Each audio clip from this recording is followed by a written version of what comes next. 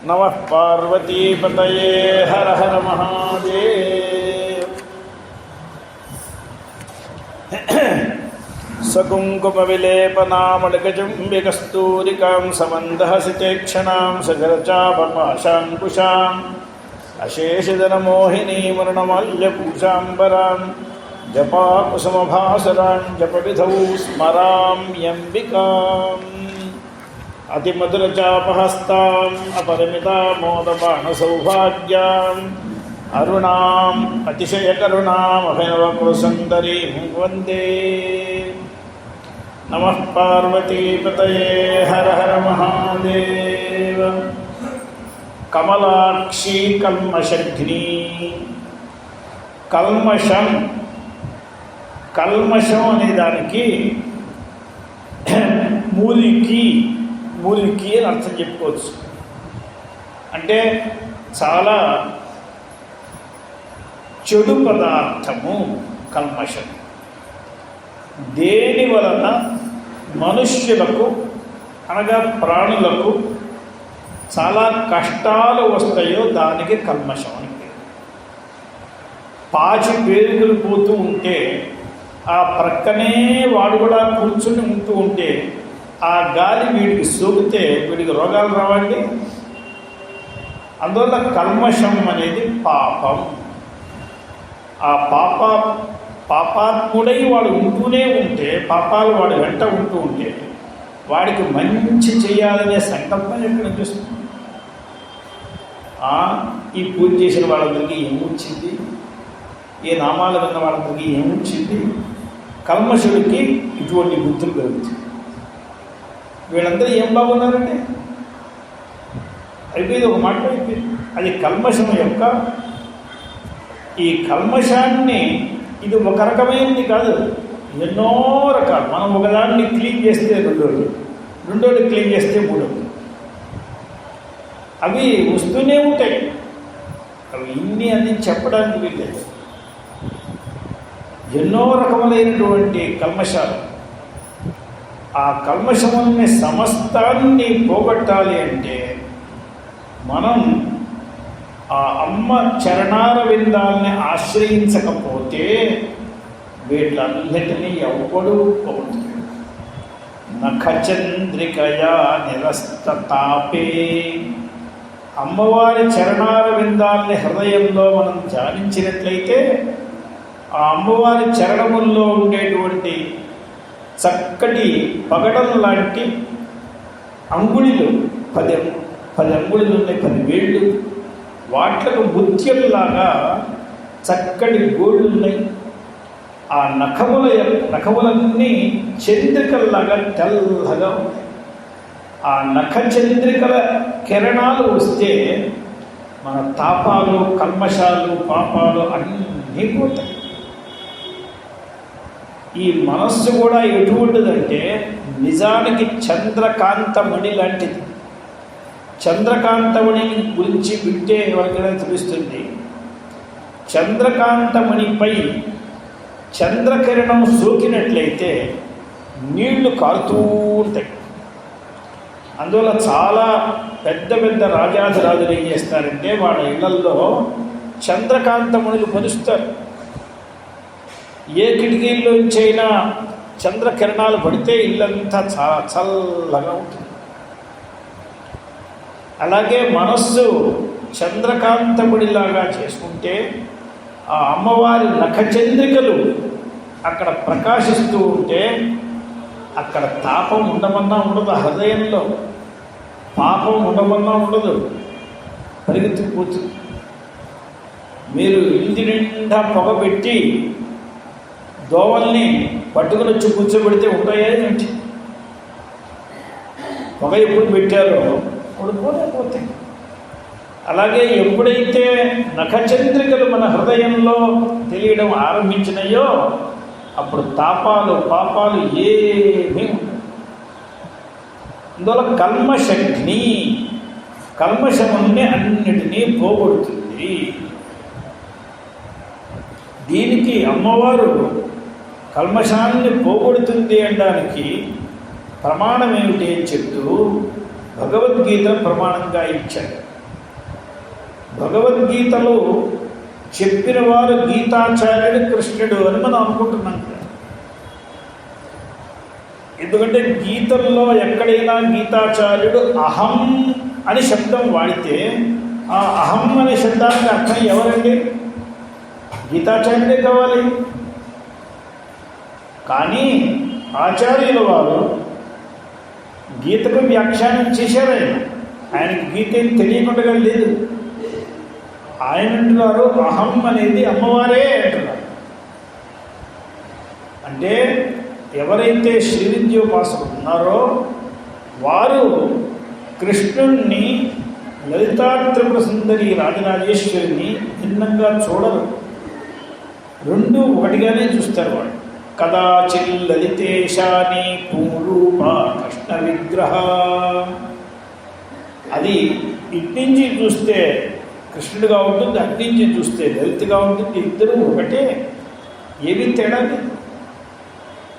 అందువల్ల అహం అనే శబ్దానికి కృష్ణుడిని అర్థం చెప్పినా లలితని అర్థం చెప్పినా ఒకటే. అహం త్వా సర్వ పాపేభ్యో మోక్షయిష్యామి మా శుచః అని భగవంతుడు అన్నాడు కదా. నేను నిన్ను సర్వ పాపము నుండి నేను విముక్తిని చెందింప చేస్తానయ్యా, నువ్వు దుఃఖపడకు. మా శుచః, ఏమి శోకం పొందకు. అక్కడ అహం అనే శబ్దానికి అర్థం అమ్మ. ఈ అర్థం ఎవరు చెప్పగలరంటే ఆయనకి సహజంగా వచ్చింది. చూడండి, అంటే ఆయనకే భేదం కనిపించట్ల. ఇందులో కర్మశగ్ని అనే దానికి మన మనస్సులో ఉండేటువంటి పాప తాపాదులన్నీ పోగొట్టాలి అంటే ఆమెను మనం ఆశ్రయించినట్లయితే సర్వాత్మన అవన్నీ మనకు పోతయ్యేదానికి గీతావాక్యం ప్రమాణం. ఇప్పుడు ఆమెను ఆశ్రయిస్తే అవన్నీ పోగొడుతుంది అనేది కొంతమందిని చూసి చెప్పారు. ఈ వినేవాళ్ళలో కొంతమంది ఏమండి ఆమెను ఆశ్రయించాలా అంటే, ఆమెను ఆశ్రయించాలంటే నేను విడిగా ఉండాలి అంటే నీకు నేను చెప్తున్నాను, అది చెప్పే వాళ్ళ సంగతి నువ్వు వినమాకు. నీకు చెప్పే మాటలు నువ్వు విను, వాళ్ళకి చెప్పే మాటలు వాళ్ళు వింటారు. ప్రతివాడు ప్రతి ఎవరో ఇద్దరు మాట్లాడుకుంటుంటే మధ్యలో తల దూర్చి చూపెట్టకూడదు. వాళ్ళు ఏదో మాట్లాడుకుంటారు, అది వాళ్ళ విషయం. అందువల్ల ఈయన ఏం చేశాడు, ఇప్పుడు పెద్దవాళ్ళ గురించి మాట్లాడుతూ ఇదే వాక్యంలో కల్మషగ్ని అంటే కల్మషం ఎలా పోతుందంటే, ఎప్పుడైతే నేను అసలు ఆ కల్మషములు చేసేవాడిని కానే కాను, నేను కర్తను కాను, ఆ కల్మషముల తాలూకు ఫలాన్ని భోగించేవాడిని కాను, భోక్తని కాను, నేను శుద్ధమైనటువంటి నిత్య శుద్ధ బుద్ధ పరమాత్మ స్వరూపుడను నేను అనే జ్ఞానం వచ్చినట్లయితే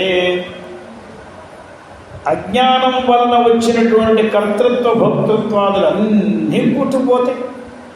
అజ్ఞానం పుట్టుకుపోతుంది, అజ్ఞాన కార్యములు అన్నీ కొట్టుకుపోతాయి. జ్ఞానాగ్ని సర్వకర్మాణి భస్మసాత్ కురుతే తథా. జ్ఞానాగ్ని అనేది సమస్త కర్మలకు కారణమైన అజ్ఞానాన్ని సమస్తాన్ని పోగొడుతుంది. అందువల్ల ఇది ఎలా జరుగుతుంది? జ్ఞానాగ్ని అంటే ఏమిటండి? ఇది ఏమన్నా గ్యాస్తో వెలిగించేదా, కర్పూరంతో వెలిగించేదా, చితుకులు పెట్టి వెలిగించేదా? జ్ఞానాగ్ని అంటే ఏమిటి అసలు? అంటే అఖండార్థబోధకమైన మహావాక్యములున్నాయే, ఆ మహావాక్యార్థం తెలియటం వలన వచ్చేటువంటి అగ్నికి జ్ఞానాగ్ని అని పేరు.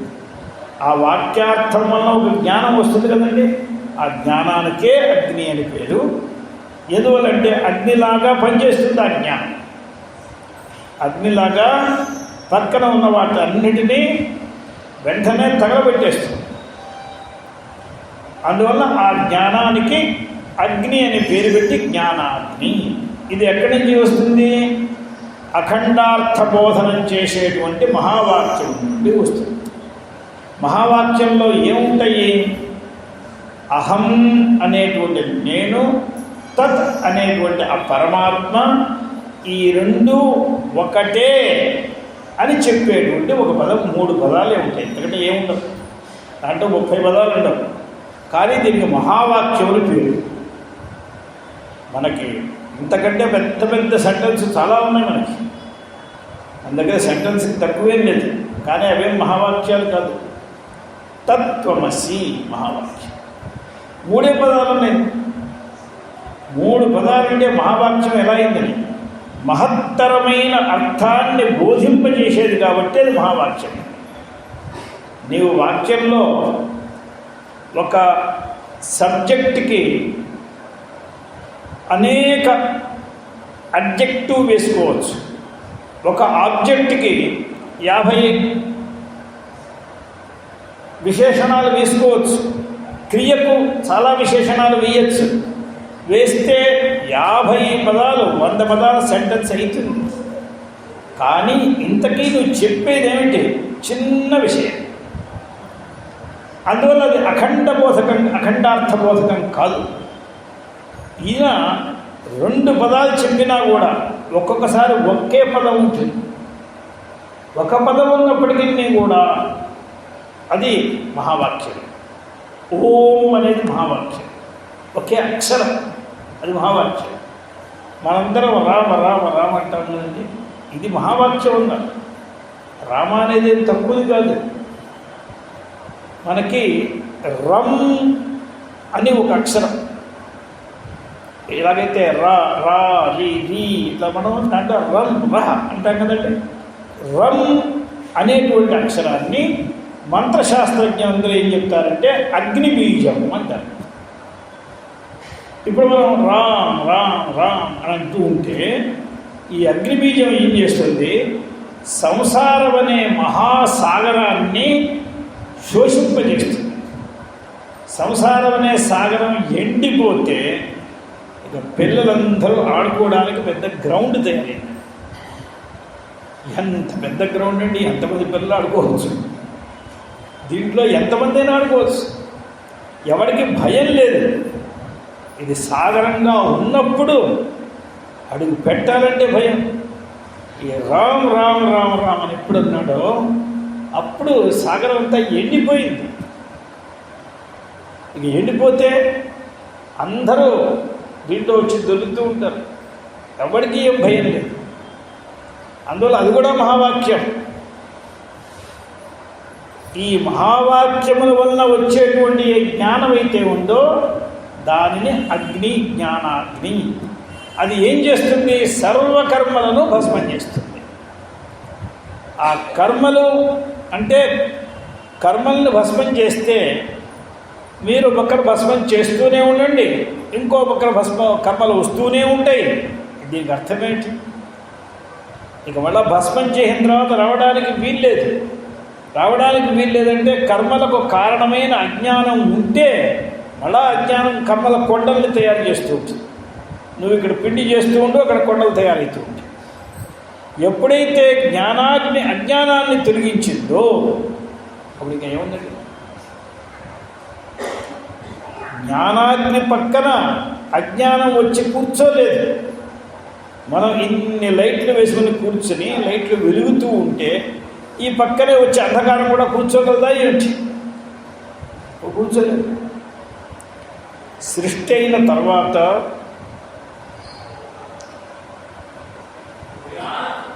ఈ దోమలకు కూడా సృష్టి అయింది. ఆ దోమలు స్వసామర్థ్యంతో ప్రతి వాళ్ళ రక్తాన్ని పీక్కుని చాలా హాయిగా తాగుతున్నాయి కడుపు నిండా. కానీ వేట్లను బతకనివ్వకుండా చేసేవాడు ఒకడు రకాల పడ్డాడు. వాడు ఎవడని? వాయు. గాలి బాగా వేగంగా వచ్చేవాటికి అక్కడ నిలవలేక చాలా దూరం పోతాయి. ఎంత దూరం పోతే అక్కడ పురుషులు లేరు, అక్కడ ఎవరో ప్రాణులు లేరు. ఎవరి దగ్గర పీకు తింటారు? ఎవరి దగ్గరైనా పీకు తిందామంటే వాయు వస్తుంది. దీన్ని గుర్తించినటువంటి ప్రాణులు ఏం చేస్తున్నారు? ఈ దోమల బాధ తట్టుకోలేక పెద్ద పెద్ద వాయు యంత్రాలను పెడుతున్నారు. ఇక వీళ్ళ దగ్గరికి రావట్లేదు. వాటికి జీవనం ఎలా? అందువల్ల అన్యాయంతో పీడితమై బ్రహ్మగారి దగ్గరికి వెళ్ళింది, కంప్లైంట్ చేసింది. ఈ వాయువు మమ్మల్ని మా పట్టు కొట్టేస్తున్నాడు, మమ్మల్ని ఎక్కడ బతకనట్లేదు. బ్రహ్మగారు అన్నాడు, ఒక పక్షం మాట విని నేను ఎలా నిర్ణయిస్తాను? వాడిని కూడా రమ్మను, వాడేం చెప్తాడో వినాలి కదా. నువ్వు చెప్పింది వింటే ఎలా చేయాలి? వాడిని రమ్మను. వాడు వచ్చేవాడికి గుడికి వస్తా మరిపోయినది. ఏమయ్యా సమస్య ఏమిటి? ఏం సమస్య లేదండి, నమస్కారం, మీరు చెప్పినట్టుగా నేను నడుస్తున్నాను. మనందరం వాయువుని సాక్షాత్ బ్రహ్మను పిలుస్తాం. మనం నమస్తే వాయో త్వమేవ ప్రత్యక్షం బ్రహ్మాసి. అందువల్ల బ్రహ్మ మళ్ళా బ్రహ్మ అంతపాడు ఏమి లేదు మహాప్రభు అన్నాడు. అందువల్ల వాళ్ళు వస్తే ఏమో వాళ్ళ పిలవమంటాడు, పిలిస్తే వీళ్ళు ఉండడానికి చూడలేదు.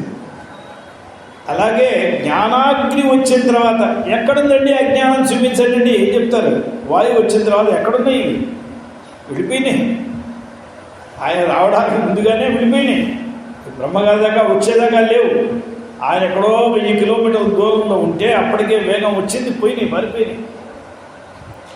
అదే రీతిగా జ్ఞానాగ్ని ఉదయించిన తర్వాత అజ్ఞానం పోతుందని లేదు, జ్ఞానాగ్ని ఉదయించడానికి ముందే పోతుంది. ఏ రీతిగా సూర్యోదయానికి ముందు అరుణోదయంతోనే అంధకారాలు పోతున్నాయి మనకి. సూర్యుడు ఉదయించిన తర్వాత బాలుడు పొద్దుెక్కిన తర్వాత అంధకారం పోతుందా ఏంటి? ముందుగానే పోతున్నాయి. 5:30 అయ్యేవాడికి ఈ రోజుల్లో పోతుంది అంధకారం. ఎందువల్ల అరుణోదయం అయితే చాలు.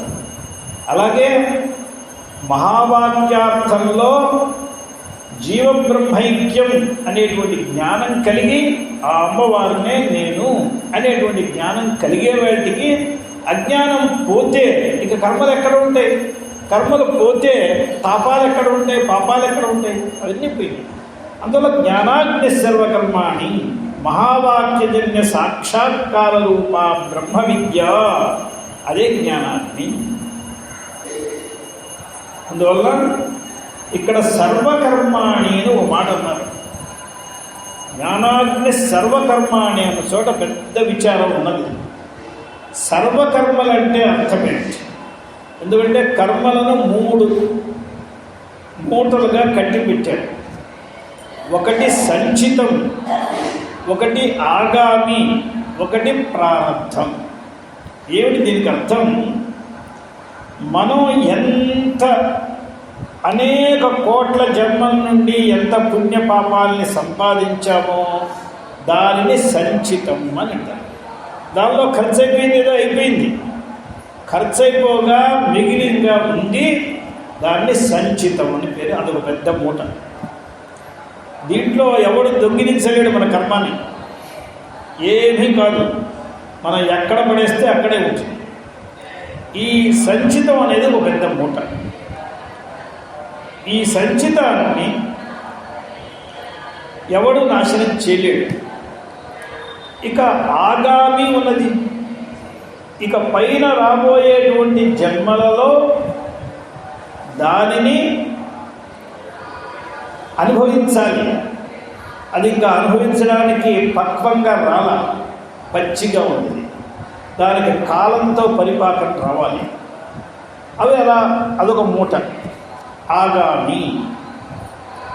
ఇక మనం పుట్టడానికి వచ్చేటప్పుడు ఒక మూట తీసుకుని వచ్చాం.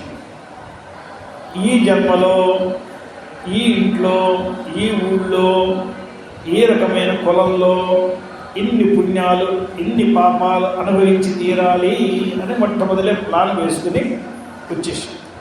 ఆ ప్లాన్ని మర్చిపోయి ఇప్పుడు మనం ఏం చేస్తాం?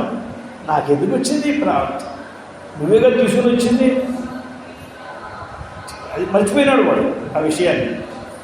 ఈ మూటకు పేరు ప్రారంధం.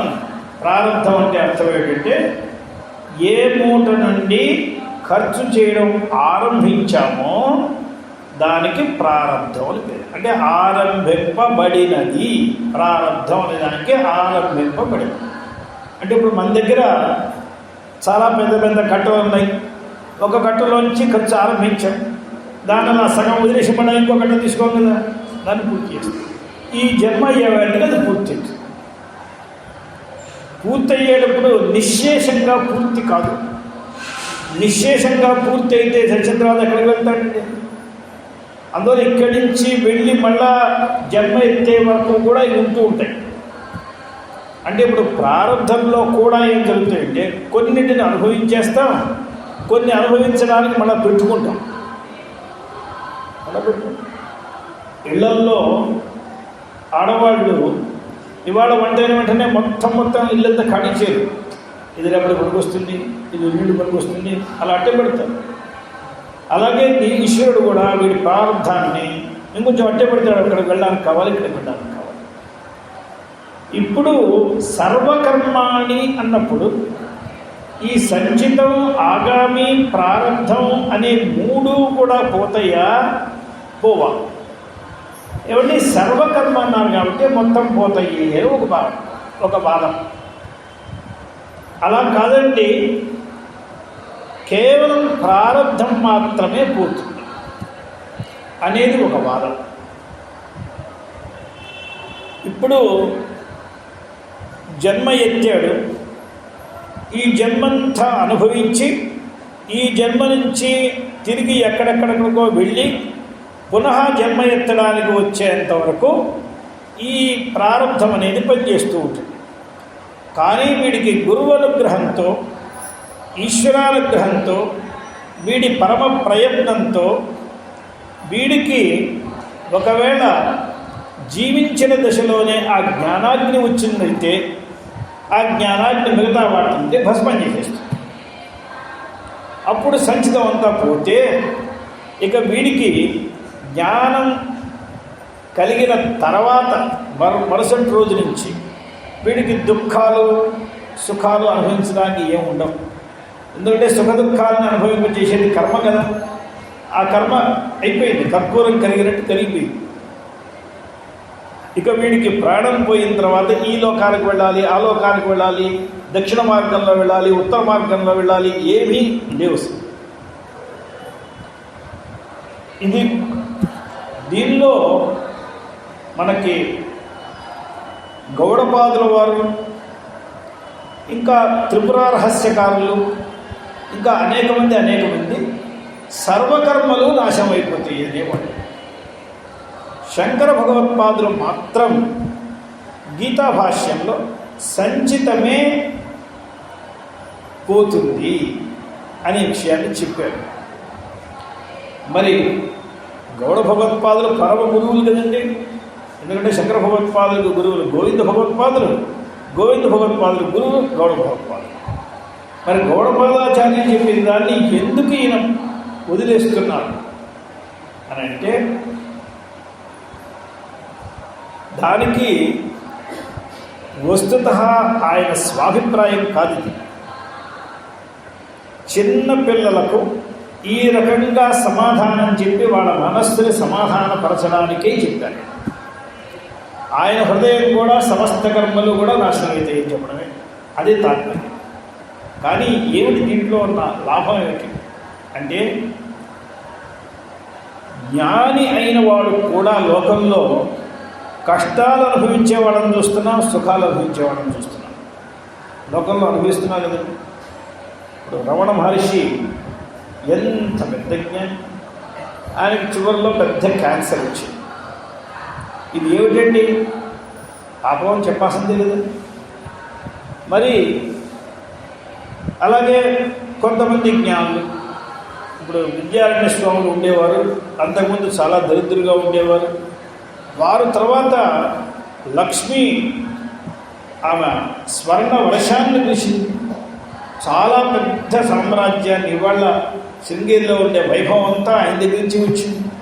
అది సరిపోక విరూపాక్ష పీఠం పెట్టారు, విజయ సామ్రాజ్యాన్ని స్థాపించారు, ఎంతో చేశారు.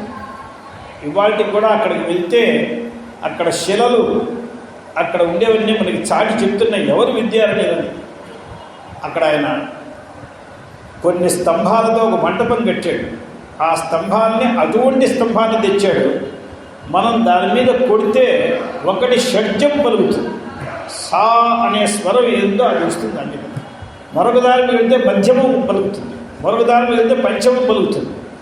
అటువంటి రాళ్ళను తెప్పించి ఆయన ఒక మంటపం చేశాడు. ఏమిటి అసలు ఏదో మంటపం చేయడం కాదు, అంటే దానికి ఎంత డబ్బు ఖర్చు పెట్టి ఉంటాడు, ఏమిటి ఆ వైభవం చెప్పడానికి. అందువల్ల జ్ఞానం లేని వాళ్ళకి సంపత్తులు వస్తున్నాయి, విపత్తులు వస్తున్నాయి, అన్ని రకాలు వస్తున్నాయి.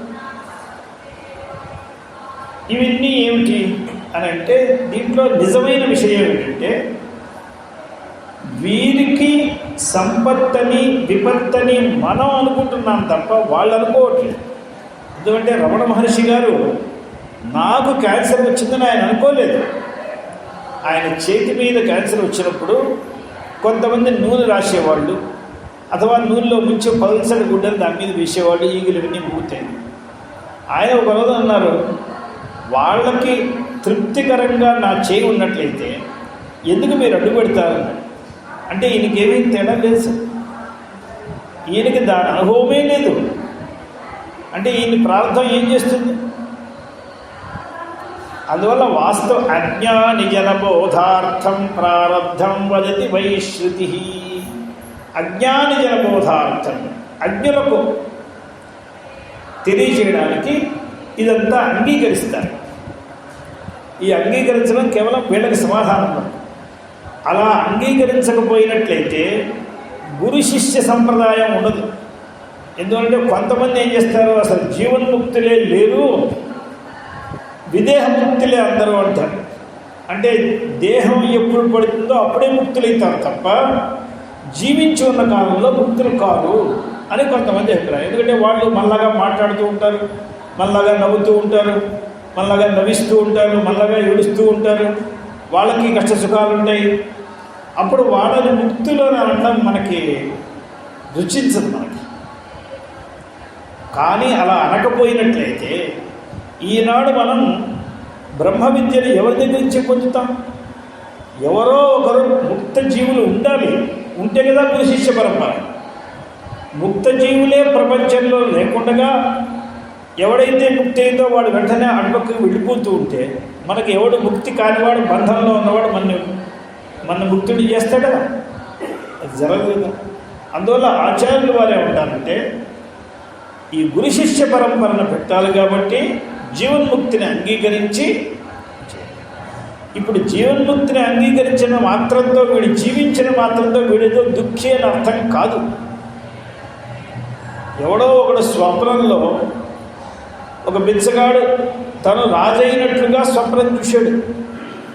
అందువల్ల మెలకు వచ్చిన వెంటనే మీ ప్రజలందరూ నన్ను రాజుగా ఎంచుకోవాలని వాడు అనగలడా? నిజానికి ఒక రాజు స్వప్నంలో ముష్టివాడైనట్టుగా తన్ని తాను చూసుకున్నాడు. అందులో రాజ్యాన్ని విడిచిపెట్టే చెప్పబట్టుకుని వెళ్ళి కూర్చుంటాడా ఏమిటి? అలాగే మన బంధమోక్షాలన్నీ జాగ్రత్త స్వప్నంలో కదా మనం చూసేది. జాగ్రత్త అనేది ఒక స్వప్నం. స్వప్నం అనేది స్వప్నం అంటారు. ఈ జాగ్రత్తను కూడా ఒక స్వప్నం అంటారు. ఎందుకంటే స్వప్నంలో వెళ్తే ఇదంతా నిజం కాదు, ఇక్కడికి వస్తే ఆ స్వప్నం నిజం కాదు, నిజానికి చూస్తే రెండు నిజం కాదు. స్వప్నం నిజం కాదు, జాగ్రత్త నిజం కాదు. మరి నిజం ఏమిటంటే స్వప్నాన్ని చూసే నువ్వు, జాగ్రత్తను చూసే నువ్వే నిజం. ఎందుకంటే ఏది నిజం లేదు. అందువల్ల వీరందరూ ఏదో అనుకున్నది మాత్రంతో ఏమో అయిపోదు. అందువల్ల ఈయన జీవన్ముక్తిని అంగీకరించిన సర్వకర్మాణి అన్నప్పుడు ఈ రకంగా చెప్పినప్పటికీ ఇదంతా అజ్ఞాన జనబోధార్థం చెప్పారు తప్ప సిద్ధాంతం వారు చెప్పింది వీరికి ఇష్టమే, అది ఇష్టమే. కానీ ఈయన గురు శిష్య పరంపరను కూడా రక్షించాలి కాబట్టి ఈ రకములైన అర్థాలన్నీ కూడా చెప్పి జ్ఞానాగ్ని సర్వకర్మాణి భస్మసాత్ కురుతేత్త న పాపగ్ శ్లోకకు శృణోతి. ఎవరైతే అమ్మను సర్వాత్మన శరణు పొందారో దుర్గాన్ దేవీను శరణమహం ప్రపద్యే అని వేదము ఎవరిని శరణు పొందాలి అని వేదం చెప్తున్నది. మరొక చోట చెప్పింది ఎవరిని శరణ పొందాలి అని సంసారంలో ఉన్న వారికి దుర్గాదేవి శరణమహం ప్రపంచే అని చెప్పి సంసారంలోంచి బయటపడాలి అనుకునే వాళ్ళకి మరొక మంత్రం ఉంది.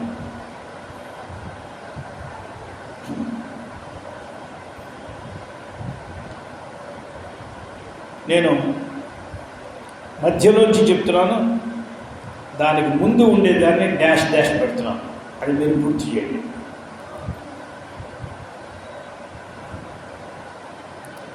శరణమహం ప్రపద్యే అలక్ష్మీర్మే నశ్యతాం త్వాం వృణే. ఈ మంత్రం మీ అందరికీ వచ్చు. శరణమహం ప్రపద్యే లక్ష్మీర్మే నశ్యతాం త్వాం వృణే. దాని ముందు ఏముంది? తాం పద్మిని మీం శరణమహం ప్రపద్యే అలక్ష్మి. ఇక్కడ ఎవరున్నాడు? ఈం శరణం అహం ప్రపద్యే. ఈం, ఈ ఈం అనేది ఇది చాలా పెద్ద గొప్ప విషయం. ఇది సమస్త శాస్త్రములకి సారభూతమైన విషయం. ఈ రహస్యం తెలిసినట్లయితే ఇక మిగిలింది ఏమీ లేదు. ఈ రహస్యం గురించే ఇన్ని పాటలు పడ్డాం. దానికి తురీయ స్వరం అని పేరు. అంటే స్వరం అనే దానికి అకారాది అహ అనేంత వరకు స్వరములు అని చెప్తాం కదండి. స్వరాలు వ్యంజనాలు అని కదా, అచ్చులు హల్లులు అంటాం కదా. అచ్చుల్ని స్వరాలు అంటారు. ఈ స్వరముల్లో 4వ స్వరం ఏమిటి? ఈ అనేది కదండి. దీన్ని తురీయ స్వరం అంటారు. ఇది అమ్మవారి స్వరూపం. ఈ అమ్మవారి స్వరూపమే ఈ అనేది. ఇది దీనిలో సమస్త ప్రపంచం ఉన్నది, సమస్త వేదాంతం ఉన్నది, బ్రహ్మ విద్యా స్వరూపం. అందువలన వేదం ఏం చెప్పింది? ఆవిడ్ని శరణ పొందరా నాయన. ఈం తాం పద్మినీం మీం శరణమ, లేకపోతే పద్మినీం శరణమహం ప్రపద్యే కావచ్చు. అలా కాకుండా పద్మిని అంటే లక్ష్మి కూడా అవుతుంది, పద్మం పెట్టుకున్నది ఆమె కూడా అవుతుంది. వీరు ప్రత్యేకంగా ఈం అని చెప్తూ ఈ పరాభట్టారకము అని చెప్పడానికి తాం పద్మిని మీం శరణమహం ప్రపద్యే అని సంసారం నుండి బయటపడాలి అనుకుంటే ప్రతివాడు ఆ తురీయస్వరాన్ని పొందాలి. దీనికి ఇంకా శాక్తేయంలో దీన్ని ఎలా వర్ణిస్తారు ఈ విషయాలన్నీ ఉన్నాయి. ఎప్పుడైతే ఆ అమ్మవారిని శరణం తురీయస్వరాన్ని శరణ పొందాడో వాడికి ఇక కల్మషము అనే మాట రానే రాదు. కల్మషాలన్నీ వాడికి కొన్ని కోట్ల మైళ్ళ దూరంలో తను దాచుకుంటూ ఎక్కడో ఉండిపోతుంది. అందువల్ల అమ్మవారికి కల్మషఘ్న్యై నమః, కల్మషఘ్న్యై నమః. కమలాక్షి కల్మషఘ్ని కరుణామృత సాగర. అమ్మవారు కరుణామృత సాగర. కరుణామృత సాగర, దీనికి 2 అర్థాలు మనం చెప్పుకోవచ్చు. కరుణయే అమృతము. ఆ అమృతం ఇంత ఏదో ఒక బిందువు కాదు, ఒక మిల్లీమీటర్ కాదు, అలా పెరిగి పెరిగి పెరిగి సాగరం అయిపోయింది. అథవా కరుణామృత సాగర. ఆమె అమృతం అంటే మోక్షం అని అర్థం. అమృతం అనేదానికి మోక్షం. ఆ మోక్షం అనేది ఆమె కరుణతో సాగరంలాగా ఆ మోక్షాన్ని మనకి ప్రసాదిస్తుంది. కరుణతో, కరుణయా జాతం యదమృతం మోక్షరూపం తస్య సాగర.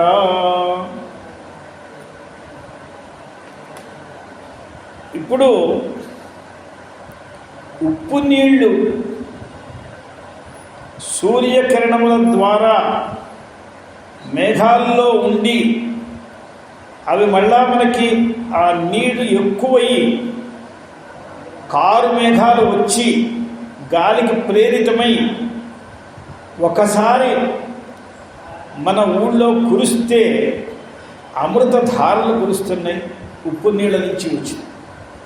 ఒకవేళ అమృత సాగరంలోనే ఈ ప్రొసీజర్ జరిగితే అప్పుడు వచ్చే వర్షం ఎలా ఉంటుందండి?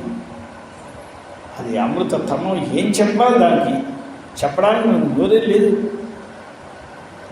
ఉప్పు నీళ్ళను మనం చూస్తున్నాం కదా కళ్ళారా. ఇప్పుడు అమృత సాగరంలో నుండి మళ్ళా సూర్యకిరణముల ద్వారా ఇలాగే తీసుకొని ఆ మేఘాలన్నీ బాగా కారు మేఘాలై అక్కడి నుంచి మన నెత్తి మీద కురిసింది అంటే ఇక ఆహారం అవసరం లేదు, ఏ ఒక అవసరము లేదు, అది మాత్రం చాలు. అందువల్ల యథా అమృత సముద్ర స్వయం అమృత స్వరూప. శంకర భగవత్పాదులు అన్నారు ఒక చోట, ఒక చాలా దైన్యం కలిగి బీదగా ఉన్న ఆవిడింటికి ఈయన భిక్షకు వెళ్ళారు. నిజానికి ఆవిడింటికి భిక్ష తీసుకోవడానికి వెళ్ళలేదు, ఆమెకు సకల ఐశ్వర్యం ఇవ్వాలని ఈయన వెళ్ళారు. ఈయన వెళ్ళిన సంకల్పమే. ఆమె ఏదో ఆమె దగ్గర ఉండేటువంటి ఎండిపోయిన పులుసుకాయ వేసింది. ఆమె కళ్ళమ్మని నీళ్లు పెట్టుకుంది. ఈమె దుఃఖాన్ని ఇంత చిన్న పిల్లవాడు అర్థం చేసుకుంది.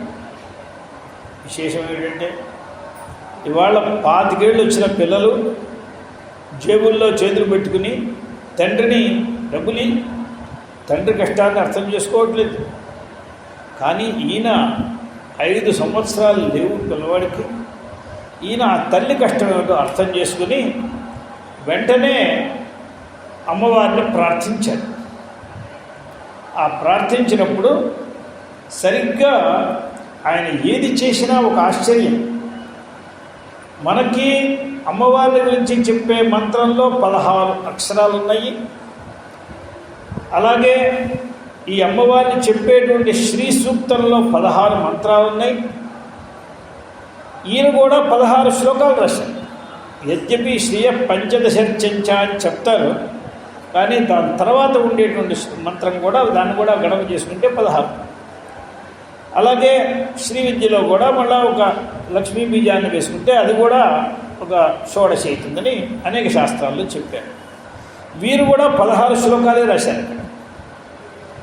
అంటే ఆయనకి సంఖ్య గురించి కానీ అసలు ఏమిటో ఆ చింతన ఏమిటో మనకేం అర్థం కాదు. దీన్ని పట్టుకుని విద్యారణ్య స్వాముల వారు ఈ కనకధారా స్తోత్రంతో మహాలక్ష్మి మంత్ర సంపుటితంతో దీనంతా కూడా చాలా గొప్పగా చేశారు.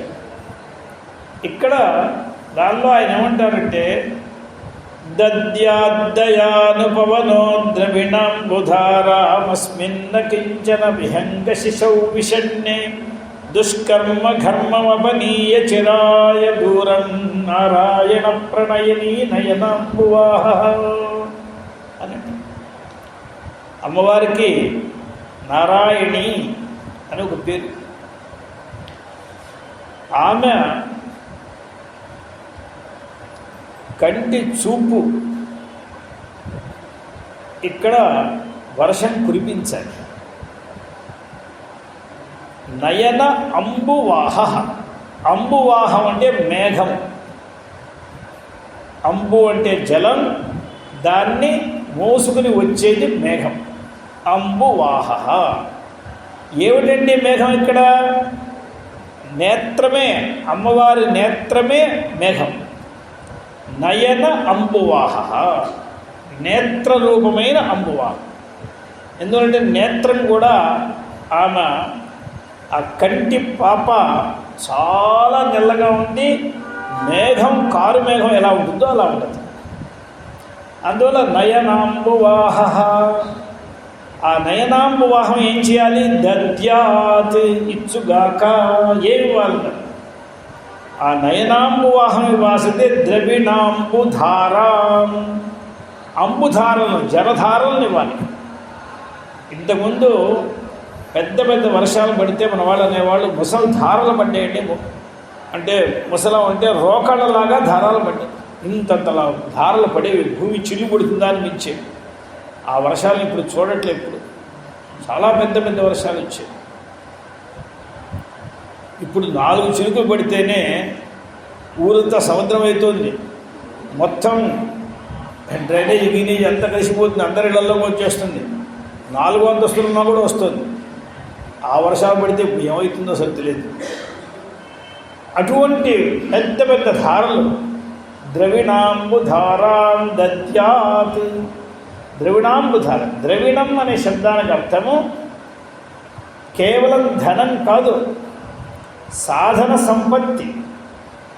మనం ఇవాళ కూర్చుని గీతలంతా అర్థం చేసుకోవాలి అంటే ఒక 2 గంటలు చదివే వాళ్ళకి కడుపులో ఎప్పుడు వెళ్తామా ఎప్పుడు వడ్డిస్తారా అనిపిస్తే ఏం బ్రహ్మ విద్యా సాధన చేస్తామండి.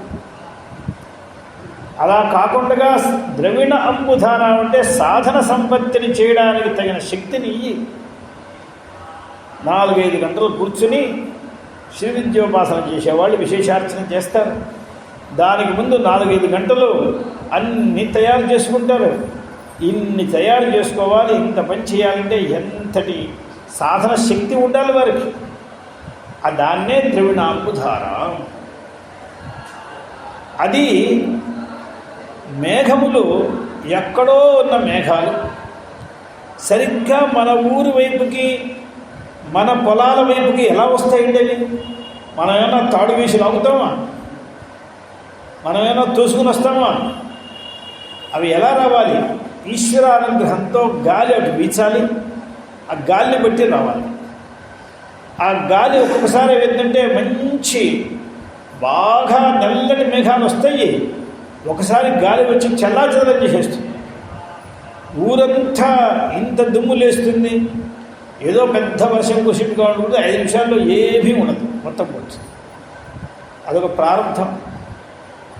అలా కాకుండా అన్ని మేఘములను చక్కగా ఒక చోటకి చేర్చి అన్నీ కలిసి బాగా కురిసి ఊరంతా సమృద్ధమైంది అనేది రావాలి. అలా ఇక్కడ ఈ నయనాంబువాహం, నేత్రం అనే మేఘం సాధన శక్తిని ఇచ్చేటువంటి అంబుధారలను కొలవాలి అంటే ఏ వాయువు సహాయం కావాలి అన్నారు? దయానుపవన.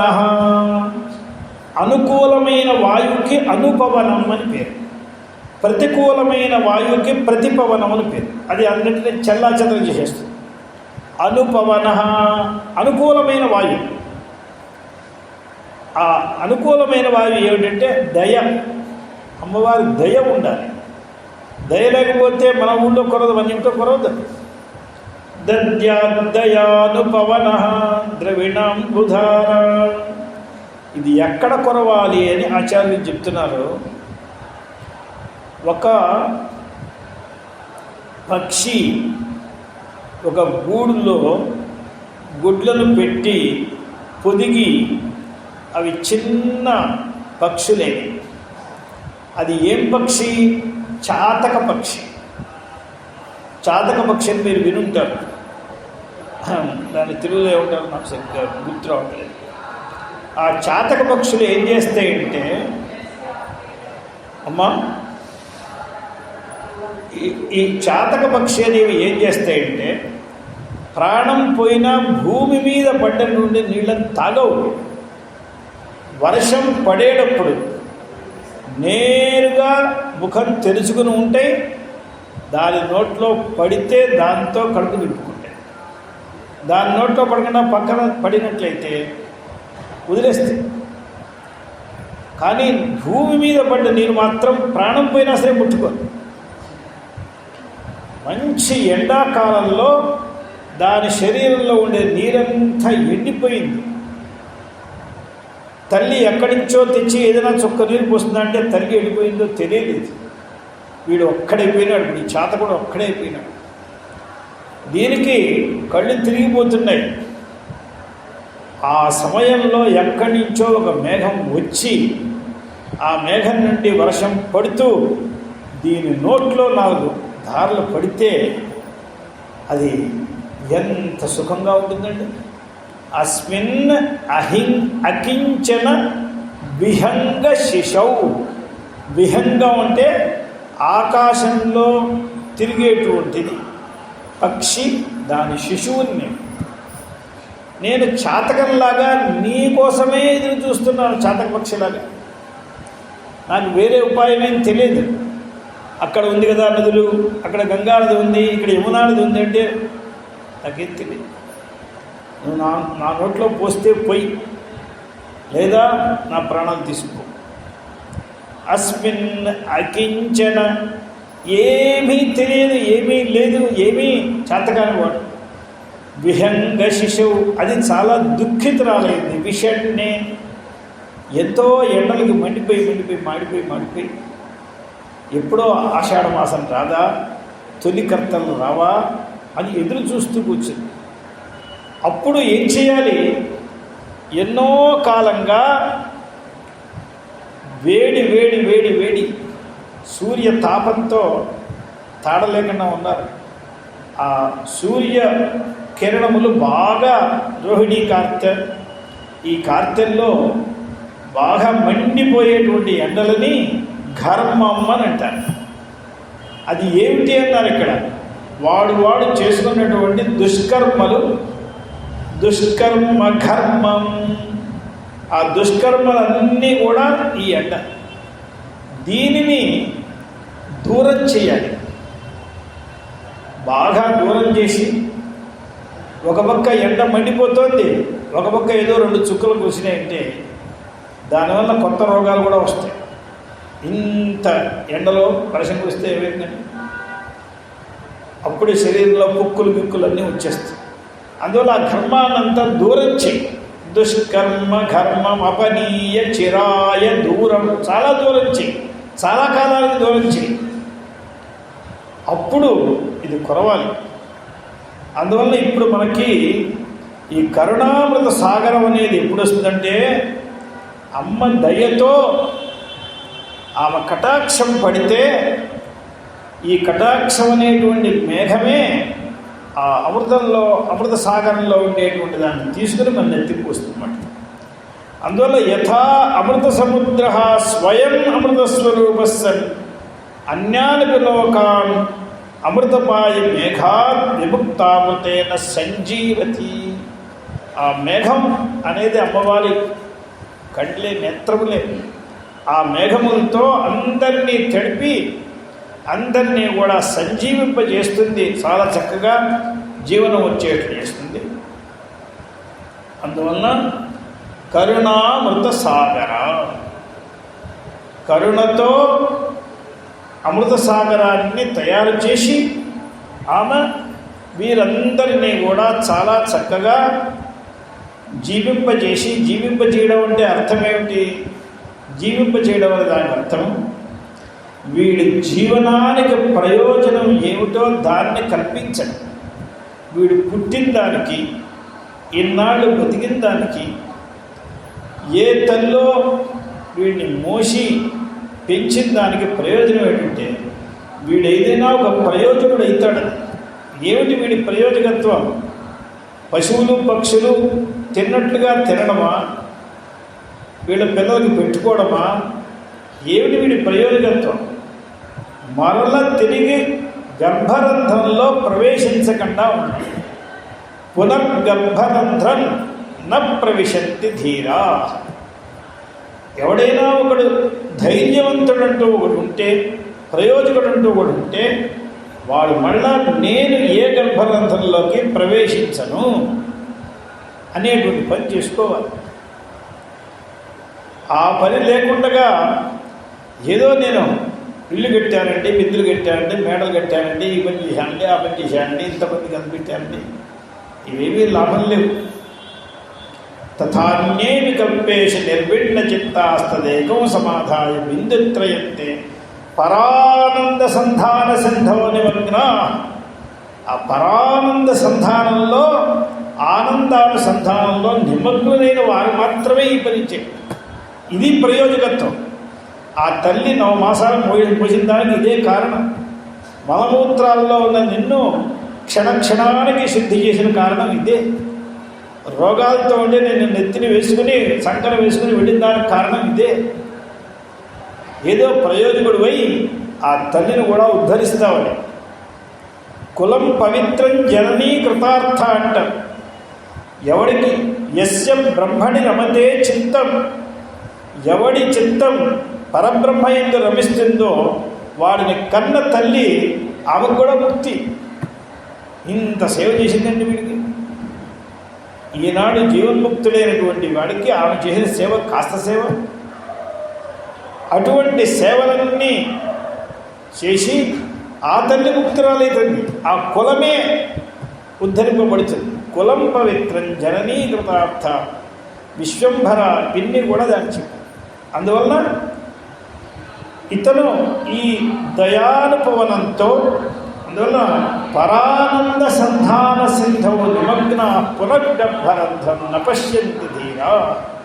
అలా వాడు ఎప్పుడు దాంట్లోకి వెళ్ళరు.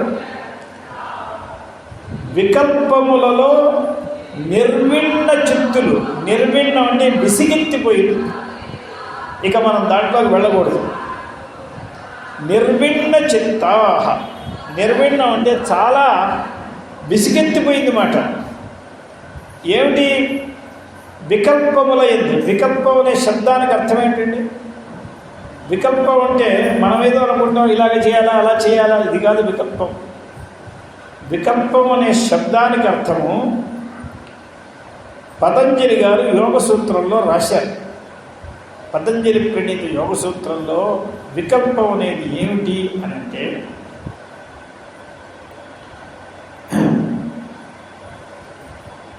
శబ్దానుపాతి వస్తు శూన్య వికల్ప. ఒక శబ్దంతో మనకేదో ఒక అర్థం తెలుస్తుందండి. ఏదో ఒక శబ్దం చెప్తారు. ఆ శబ్దం చెప్పిన వెంటనే మనకు ఒక అర్థం వస్తుంది, బుద్ధిలోకి ఒక అర్థం వస్తుంది. కానీ ఆ అర్థం ఉండనే ఉండదు. శబ్దానుపాతి అర్థశూన్య, ఆ అర్థమే ఉండదు. ఇప్పుడు మీరు ఎక్కడైనా ఒక చోట ఏమంటే మీ భవనం ఎక్కడ ఉంది? అయ్యా మా భవనం వాయుమండలానికి పైన ఉన్నది అని మీరు అనేవాటికి ఏదో ఒక అర్థమైతే తెలిసింది. కానీ నిజానికి వాయుమండలం పైన భవనం ఎక్కడ నిలుస్తుందండి? ఆ అర్థం ఏమన్నా ఉన్నదే? అర్థం లేనటువంటి మాట. మనవాడు చెప్తారు కదా, అర్థం లేని మాటలు మాట్లాడతారు. ఎవరికైతే పూట గడవడానికి పైసా లేదో వాడు అంటాడు, నేను ఈ భారతదేశం లాంటి భారతదేశం ఇంకోటి తయారు చేయబోతున్నాను అంటాడు. ఏంటి దీనికన్నా అర్థం ఉందండి? పూట గడవడానికి పైసా లేదు వాడికి. వాడు ఇక్కడి నుంచి లేచి ఒక అడుగు వేయలేడు. వాడంటాడు, నేను పోలీసులాగా 5 నిమిషాల్లో 3 కిలోమీటర్లు పరిగెత్తారంటే వీడికి లేచి నిల్చుండే లేదు. ఇవన్నీ అర్థం లేని మాటలు కదండి.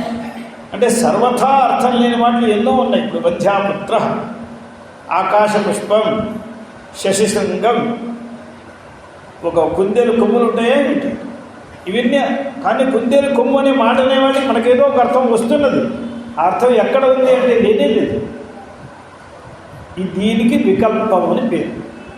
అంటే ప్రపంచంలో మనం ఎన్ని మాటలు మాట్లాడుతున్నామో ఇవన్నీ వికల్పాలే అని చెప్పారు యోగసూత్రాలు. ఏదో ఘటం అంటున్నాం, పటం అంటున్నాం, ఇల్లు అంటున్నాం, వాకిలు అంటున్నాం, పిల్లవాడు అంటున్నాం, ఎన్నో చెప్తున్నాం మనం.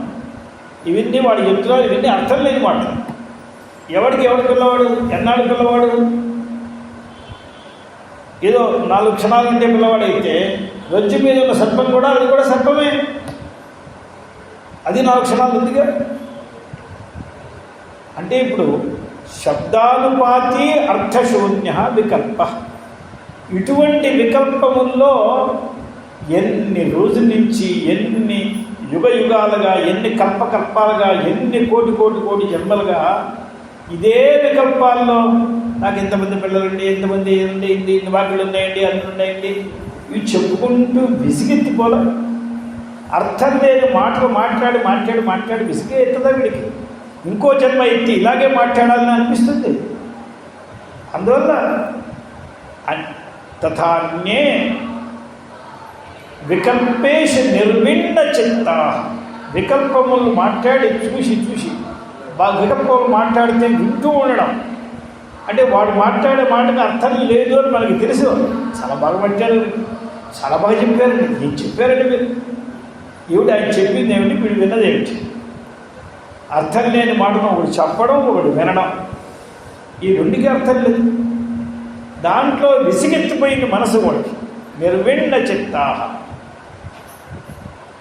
అప్పుడు వాళ్ళు ఏం చేస్తారండి, అప్పుడు మనస్సుని సమాధానపరుచుకుని ఆ ఒక్కదాన్నే పట్టుకుంటారు. తదేకం సమాధాయ బిందుత్రయంతే. బిందుత్రయం అనే వ్యాఖ్యానం తర్వాత చేసుకోండి. ఎందుకంటే ఈ శ్రీ విద్యలో కొన్ని విషయాలు ఏమిటంటే ఉపాసకులకు మాత్రం హృదయంలో ఉండేవి కొన్ని ఉంటాయి. అవి మనం తెలుసుకోకపోయినా మనకేమీ శుద్ధమైన బ్రహ్మ అనుకుంటే చాలు, అంతకంటే పెద్ద విషయం. దాని మీదనే, ఆ పరబ్రహ్మ మాత్రం మీదనే సరైనటువంటి మనస్సుని ఏకాగ్రతగా పెట్టుకొని ఆనంద సముద్రంలో మునిగి ఉంటూ అలా ఉండేవారికి పునర్గర్భరంధ్రన్న పశ్యంతి ధీరా, వాళ్ళు మళ్ళా గర్భరంధ్రానికి వెళ్ళరు. అందువల్ల జన్మన సాఫల్యం కిం, జన్మకు సఫలత ఏమిటండి అంటే జన్మరాహిత్యం. ఈ జన్మకు సాఫల్యం ఏంటంటే మళ్ళా జన్మ లేకుండా చేసుకోవాలి. మళ్ళా జన్మ లేకుండా చేసుకోవాలంటే చావకూడదు. ఎందుకంటే చచ్చామనుకోండి, ధ్రువం జన్మ మృతస్య చ, చచ్చిన వాడికి జన్మ వచ్చి తీరుతుంది. అందువల్ల చావకూడదు. చావకూడదంటే అక్కడ ఇంకో మాట ఉన్నాడు, జాతస్య హి ధ్రువో మృత్యు, పుట్టినవాడికి చావు తప్పదు. మరి మనం పుట్టాం కదా, కానీ పుట్టినవాడికి చావు తప్పేటువంటి ఉపాయం ఒకటి చెప్పాడు ఆయన. ఇదే ఇప్పుడు ఉపాయం. ఇప్పుడు ఉపాయం అంటే తథాన్యే వికల్పే హరిమణి చెత్తా సదేకం సమాధాయ బిందుత్రయంతే. ఆ బిందుత్రయ సమాధానం అనేదే ఉపాయం. అంటే బ్రహ్మ విద్య కరుణామృత సాగర, ఇదే ఉపాయం. ఆ అమృత సాగరంలోకి వెళ్ళినట్లయితే వీడు చావడే. చచ్చేటువంటి దేహేంద్రియ మనోబుద్ధ్యాదులను నేను అని అనుకోడు వాడు. నేను అని అనుకునేటువంటి శుద్ధ చైతన్యమేదో అది ఎప్పుడు చావనే చావదు, అది పుట్టదు. పునర్గర్భరంధ్రన్న పశ్యంతి ధీరా. ఎప్పుడైతే అది కాకుండా ఆ చైతన్యాన్ని వదిలేసి చైతన్యానికి పక్కన ఉండేది నేను అనుకున్నాడో కష్టపడతాడు. వాడి చేతిలో, వాడి జేబులో ఉన్నటువంటి డబ్బుల్ని వాడు వినియోగించుకున్నాడు, వాడికి ఏం కష్టం లేదు. కానీ పక్కవాడి జేబులో కూడా ఉన్న డబ్బులు నావే అని ఉపయోగించేవాడికి ఏనాడో ఒకనాడు దండం తప్పదు. ఇవాళ ఇదే కథ మన మహామంత్రులందరికీ పడుతున్నాం. వాళ్ళ చేతిలో డబ్బు ఉంటే ఇది మన ఇంటిదా లేకపోతే జన సముదాయందా దేశానిదా అనే విభాగం లేదు వాళ్ళ దగ్గర. ఎంత మన చేతిలో ఉంది కాబట్టి మందే అనుకుంటున్నాడు. మన చేతిలో ఉన్నందువల్ల మంది అయిపోదు కదా. మన చేతిలోకి ఎందుకు వచ్చింది అది అనే విచారణ పోయి దాంతో ఏదో చేసి దాని తర్వాత ఎదుర్కొని దానికి సమాధానం చెప్పలేక చేసేదేవద్దు. అలాగే మనం ఈశ్వరుడు మనకి ఏదో ఈ శరీరాన్ని, ఇంద్రియాన్ని, మనస్సుని, బుద్ధిని ఇచ్చిన దానికి కారణం ఈ భగవతి కరుణామృత సాగరను పూజిస్తావు అని ఆయన విన్ని ఇచ్చాడు. ఇస్తే ఈ సాధనను సాధగా ఉపయోగించుకోకుండా నేనే ఇదని వాటి మీద సాధనల మీద మమతను పెట్టుకొని ఇదే నేనని కూర్చుని స్వస్వరూపాన్ని మర్చిపోయి, అంటే ఇప్పుడు శిక్షలు తప్పక ఏముంది, నరకానికి వెళ్ళాలి, అక్కడికి వెళ్ళాలి, ఇక్కడికి వెళ్ళాలి, అన్నీ చేయాలని తెప్పేదో ఉంది. అందులో నీ జేబులో నువ్వు చేపెట్టుకుని నీ జేబులో ఉన్న డబ్బులు నువ్వు వాడుకో, అది నీ ఇష్టం. ఇవాళ మొత్తం వాడుకో, రేపు ఉపవాసం ఉండు, అది నువ్వు ఏదైనా చెయ్యి. కానీ పక్కవాడి చేతిలో పెడితే చేయి తిరిగిపోతుంది, అది తప్పదు. అలా శుద్ధ చైతన్యంలో నీవు ఉంటే నీకు ఏ కష్టం ఉండేది కాదు. శుద్ధ చైతన్యానికి పక్కన ఉండేటువంటి శరీరాదుల మీద పడి నేను అనే వాటి మీద శాసించి ఎన్నాడు నడుస్తుంది ఈ శాసన? ఏనాడో నాడు పట్టుపడవా ఏంటి? ఆ పట్టుబడిన నాడు ఏడిస్తే ఎవడు చూస్తాడు? ఎవడు చూసేవాడు? అత కరుణామృత సాగర. ఈ కరుణామృత సాగరానికి ఆచార్యుల వారు ఎంతో వ్యాఖ్యానం చేశారు. మనకి ఇవాళ మొత్తం ఉన్న 15 పంక్తుల్లో 3 పంక్తులని, మిగతా 12 పంక్తుల్ని కూడా మనం కరుణామృత సాగర అనే అమ్మవారిని ఇంకా మనం అనుభవిద్దాం. నమః పార్వతీపతయే హర హర మహాదేవ. ఈరోజు ఏకాదశి, మోహిని ఏకాదశి అని పేరు. అందులో మోహిని అనేది అమ్మవారే కదా. ఆ అమ్మవారు అందరికీ కూడా ఏదో ప్రసాదం ఇస్తున్నది.